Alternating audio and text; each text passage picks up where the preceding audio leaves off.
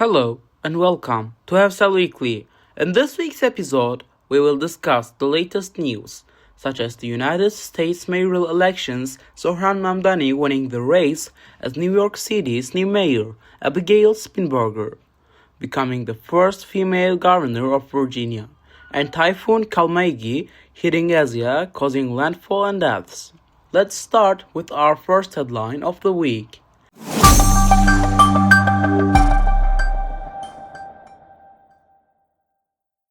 The mayoral election voting on November 4th took place in states considered Democratic strongholds, and Democrats won. The voting in various U.S. states marked the first round of elections since President Donald Trump began his second term in January of this year. Midterm elections held in years without a presidential election are often seen as an early indicator of public opinion about an administration's performance and which parties voters support. Former President Donald Trump appeared measured ahead of the election, particularly attentive to the New York City mayoral race, where polls indicated Zohran Mamdani was favored to win. Before Election Day, Trump publicly endorsed former Democratic Governor Andrew Cuomo, expressing concern over Mamdani's policies and suggesting that a Mamdani victory could impact the city's relationship with federal authorities. Nevertheless, New Yorkers turned out in large numbers. By Tuesday night, with 91% of votes counted, Mamdani had received over 1 million votes. This is the highest total for any New York City mayoral candidate since 1965, according to official city records. Zohran Mamdani received approximately 50% of the total votes.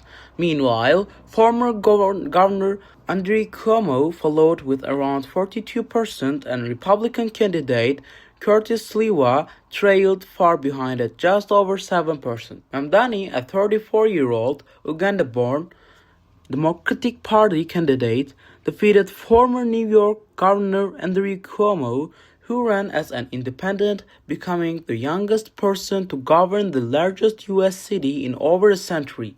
He also became the first South Asian and Muslim to govern the city. Mamdani was a relatively unknown member of the state legislature in New York until his campaign gained momentum online a few months ago, and he triumphed in the Democratic primary this summer. He built his campaign's central message on affordability, promising to expand social programs funded by new taxes on high-income earners and corporations, and to build a government that works for everyone, declaring the future is in our hands.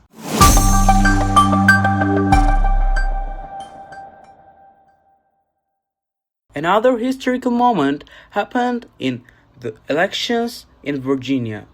Former Democratic Congresswoman and CIA officer Abigail Spanberger has been elected as Virginia's new governor, becoming the state's first female governor. She defeated Republican Lieutenant Governor Winsome Earl Sears after running a campaign focused on affordable elections and addressing local concerns about the impact of federal layoffs and a government shutdown in a state with over 300,000 U.S. government employees. Spanberger, who is 46 years old, is a mother of three and served in law enforcement and the CIA before entering politics. She was elected to Virginia's 7th congressional district in the Republican primary, defeating former Rep. Dave Brett, who stunned former House Majority Leader Eric Cantor and served 3 terms before leaving the House this year. As the first female governor, she said, "A few minutes ago, Adam said to our daughters, 'Your mother will be the governor of Virginia.' And I guarantee you those words have never been spoken in Virginia before. It's a huge thing that the girls and young women I met through the campaign are now confident that they can achieve anything," she added.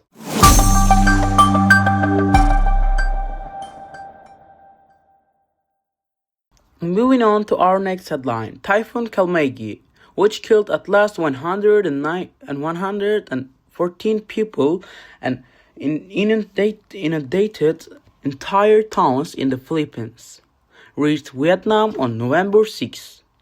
According to state media and government reports, more than 260,000 troops were on standby for rescue and relief operations, as winds of up to 149 kilometers per hour battered the country's coastline. The government also announced the closure of 6 airports and the disruption of hundreds of flights. The Vietnamese Ministry of Environment confirmed that the storm's epicenter was Dak Lek and Gia Lai provinces, with hundreds of communities in 7 regions at risk. Reports indicated that roofs were blown off houses, hotel windows shattered, and fallen trees blocked major roads in provinces like Khai Nam. Hundreds of people called for help Thursday evening as rising water reached their towns. Thousands of people were displaced in the Philippines, especially in central regions like Cebu, where streets turned into rivers and cars were swept away.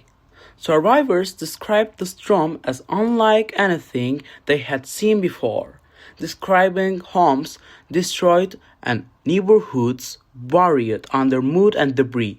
Vietnamese Prime Minister Pham Minh Chinh urged local authorities to reach isolated areas and provide access to food, water, and shelter, saying no one should be left hungry or cold.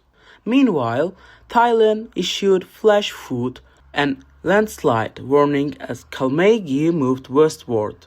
Authorities likened it to Typhoon Dermi in 2017, which caused severe damage even with low wind speed, and emphasized the need for maximum vigilance throughout the region. That concludes this week's episode of Hefsel Weekly.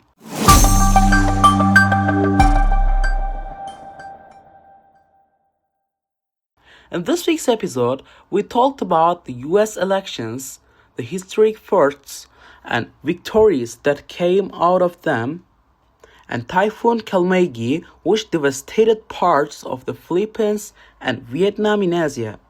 Thanks for listening to Hefsel Weekly. See you next time.